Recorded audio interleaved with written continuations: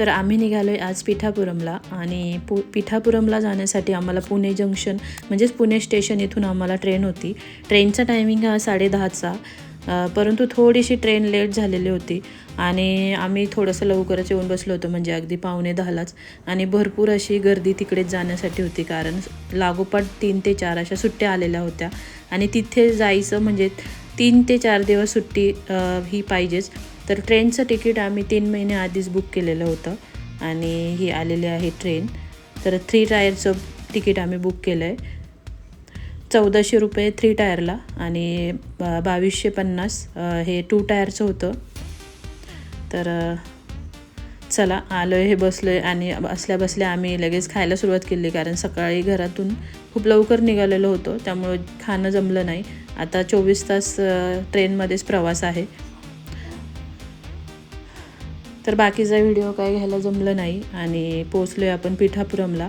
म्हणजे सकाळी 8:30च्या सुमारास आम्ही पिठापुरम येथे पोचलो। भरपूर असा पाऊस होता।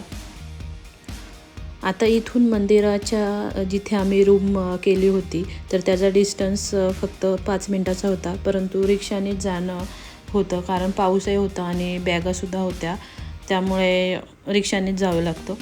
तर भरपूर अशी गर्दी झाल्यामुळे रिक्षा पटकन अवेलेबल झाली नाही। बराच वेळ वाट बघितल्यानंतर आम्हाला कुठे रिक्षा मिळाली।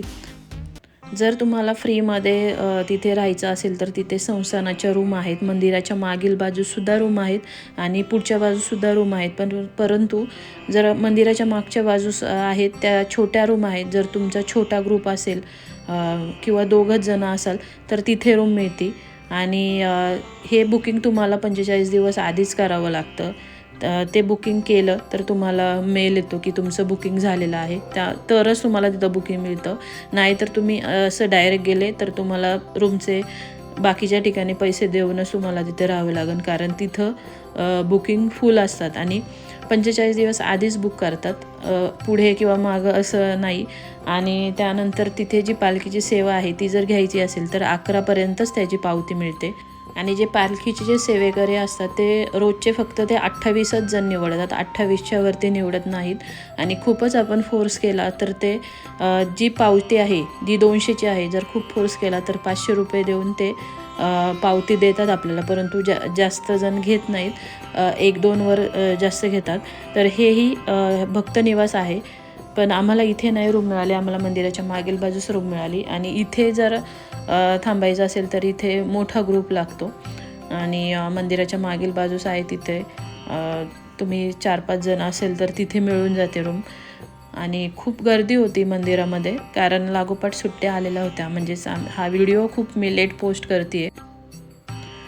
तर इथे जाण्यासाठी योगच लागतो, योग नसेल तर काही नाही होत। परंतु मनात आलं, आम्ही तिथे पोचलो, म्हणजेच जाण्यासाठी असं काही वेगळा खूप अट्टहास केला नाही, परंतु छान वाटलं, पॉझिटिव्ह वाईब्स खूप आहे तिथे। आणि त्यानंतर आम्ही रूमवरती जाऊन फ्रेश वगैरे झालो आणि मग नंतर मंदिरात येऊन बसलो। इथे होम हवन वगैरे चालू होते, ह्या सेवा रोजच चालू असतात, ज्यांना होम हवन करायचे असेल तर त्याचेसुद्धा आधी बुकिंग्स आहेत। तर ह्या ज्या डब्या आहेत तर त्या तिथली उदी आणि तिथे जो गंध असतो त्याच्यासाठी घेतलेल्या होत्या, तर तिथे अवेलेबल होतात। तुम्हाला जर घरी घेऊन यायचं असेल तर तुम्ही तिथून घेऊन तिथली उदी आणि गंध घेऊ शकता। मंदिरामध्ये जास्त फोटो किंवा व्हिडिओ काढायला बंदी आहे, परंतु जर तुम्हाला तिथले व्हिडिओ, तिथले ज्या सेवा झाल्यात त्याचे जर व्हिडिओ हवे असतील तर आतमध्ये एक स्कॅनर त्यांनी लावलेला आहे, त्या स्कॅनरला तुम्ही स्कॅन केल्यानंतर व्हॉट्सअपला रोजचे तुम्हाला व्हिडिओ आणि फोटो तिथले येतील। तर आम्हीसुद्धा तसंच केलं, तिथे स्कॅन केलं आणि आत्ता आम्हाला तिथले रोजचे फोटो आणि व्हिडिओ येतात की नेमकी तिथे कोणती पूजा झाली, आज काय कार्यक्रम झाला। तर त्यानंतर आम्ही सगळं आजूबाजूचं दर्शन घेतलं। मंदिरातील बाहेरील आवारात मोठं असं औदुंबराचं झाड आहे आणि औदुंबराच्या झाडाखाली दत्तात्रेयांची मूर्ती आहे। श्रीपादांनी सांगितले होते की जेथे माझा जन्म झाला तेथे माझे पादुका मंदिर होणार आणि त्यांनी सांगितल्याप्रमाणे पादुका मंदिराची तेथे स्थापना झाली। या मंदिरात श्री श्रीपाद वल्लभांची, श्री दत्तात्रेयांची आणि श्री नृसिंह सरस्वती यांच्या अप्रतिम आणि तेजस्वी अशा मूर्ती आहेत। मंदिर बरोबर सकाळी 5 वाजता उघडते. 5 वाजल्यानंतर तेथे अभिषेक चालतात आणि त्यानंतर 7 वाजल्यापासून बाकीच्या पूजा, आरती, होम हवन ह्या गोष्टी चालू होतात. मंदिर बरोबर दुपारी 1 ते 4 या टायमामध्ये बंद असते. संध्याकाळी मंदिर 7 वाजता उघडल्यानंतर तेथे पालखीची सेवा असते. पालखीच्या बरोबर 3 प्रदक्षिणा या मंदिराभोवती घातल्या जातात आणि त्यानंतर आरती होते. आरती झाल्यानंतर तेथे प्रसाद वाटपही होते.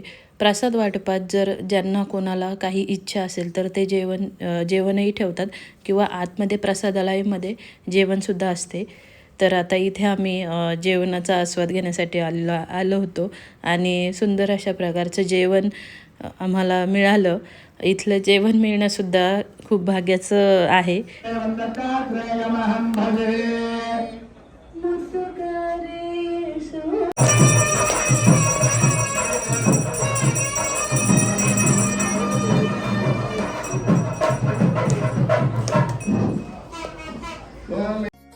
तर पालखीची सेवा झाली, आरती झाली आणि त्यानंतर इथे प्रसाद चालू होतो आणि आम्ही प्रसादामध्ये केळी आणली होती द्यायला.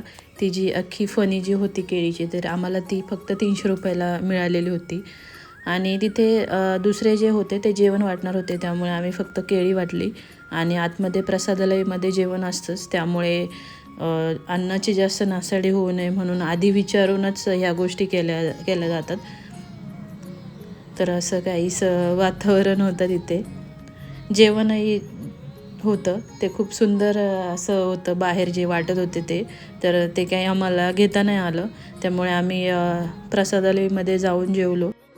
खूप छान असा दिवस गेलेला आहे आजचा आणि त्यानंतर उद्या जो दिवस आहे तो फिरण्याचा आहे, म्हणजे तिथली सगळी मंदिरं.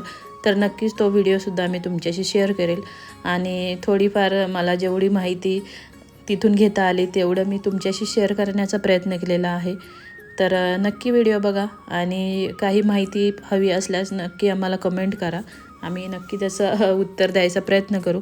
तर चला, धन्यवाद.